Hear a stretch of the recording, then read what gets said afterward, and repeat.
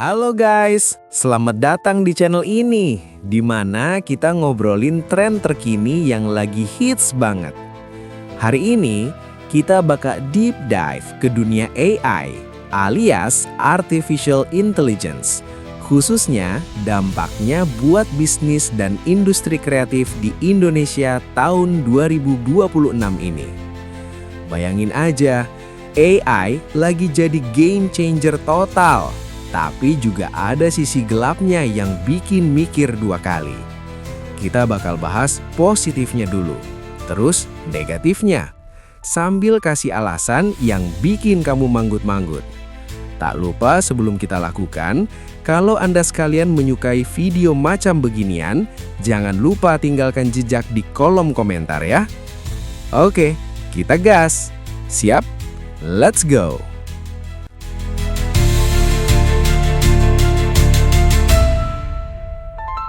Yo Sobat Kreatif, kalau kamu lagi ngejar karir di bisnis startup atau industri kreatif kayak desain, musik, film, atau konten digital, AI pasti udah jadi temen sehari-hari.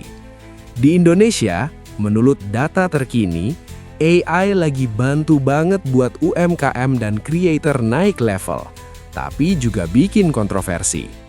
Kita mulai dari sisi bright-nya ya, yang bikin hidup lebih easy peasy. Bagian 1, dampak positif AI yang bikin hidup makin lit. Pertama, AI itu super efisien dan ngeboost produktivitas kayak roket. Bayangin, dulu bikin desain grafis butuh berjam-jam sketsa manual, sekarang pakai tools kayak Midjourney atau Adobe Firefly, kamu bisa generate ide visual dalam hitungan detik. Di bisnis Indonesia, ini berarti penghematan biaya gila-gilaan loh. Misalnya studio kecil di Jakarta atau Bandung bisa produksi konten berkualitas tanpa hire tim besar, hemat sampai puluhan juta per project. Alasan kekiniannya, karena AI bantu otomatisasi tugas repetitif. Jadi kamu bisa fokus ke ide-ide out of the box yang bikin brand kamu stand out di pasar global. Di sektor kreatif, ini seperti punya asisten super pintar yang bantu personalisasi konten. Kayak bikin iklan TikTok yang tailored buat audiens muda. Hasilnya, engagement naik drastis. Kedua, AI jadi katalisator inovasi yang mind-blowing. Di Indonesia, yang ekonominya lagi ngegas dengan pertumbuhan digital, AI bantu creator explore gaya baru yang dulu impossible. Contohnya, di industri musik atau game development, tools kayak AI VA bisa compose lagu atau generate aset game secara cepat, buka peluang ekspor ke pasar internasional. Alasan serunya, ini bukan cuma nambah speed, tapi juga dorong kolaborasi manusia AI yang bikin karya lebih fresh dan adaptable.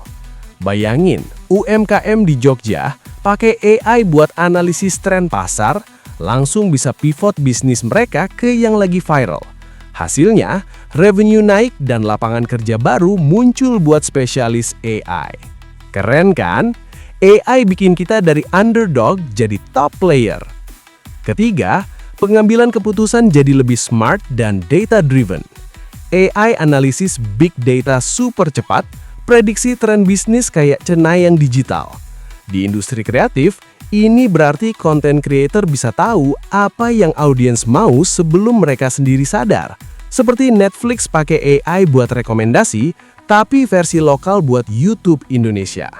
Alasan kekinian, di era fast-paced 2026, bisnis yang lambat bakal ketinggalan. AI kurangi human error, bikin keputusan lebih akurat, dan akhirnya bisnis lebih sustainable. Win-win buat semua. Tapi, hold on guys, nggak semuanya rainbow and sunshine. AI juga punya dark side yang bisa bikin industri kreatif kita goyah. Mari kita spill the tea tentang dampak negatifnya. Bagian 2, dampak negatif AI yang bikin kita harus waspada. Pertama, hilangnya keunikan karya alias AI look yang bikin semuanya seragam. AI belajar dari data existing, jadi outputnya sering mirip-mirip, kurang soul manusiawi. Di Indonesia, ini ancam kreator lokal yang andalin orisinalitas budaya, kayak desain batik atau musik dangdut fusion. Alasan seriusnya, tanpa sentuhan emosi dan empati manusia, karya jadi flat, nggak punya story yang bikin connect sama audiens. Bayangin, kalau semua poster iklan mirip, pasar bakal boring dan kompetisi jadi unfair buat seniman tradisional. Kedua, risiko pengangguran struktural yang lagi hot topic. AI otomatisasi jobs repetitif kayak editing dasar atau data entry bikin ribuan pekerja di bisnis kreatif kehilangan mata pencaharian.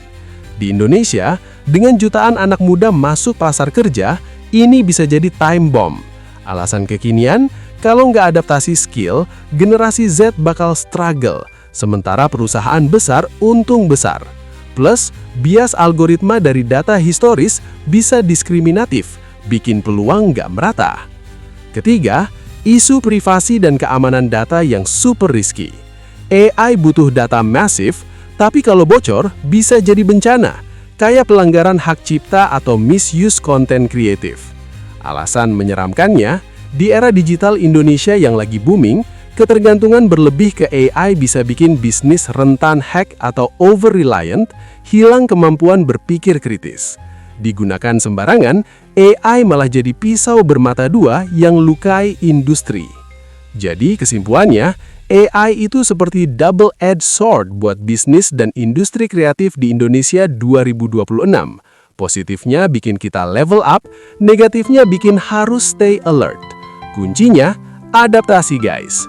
Upgrade skill, gabungin AI dengan kreativitas manusia, dan dukung regulasi pemerintah biar fair play.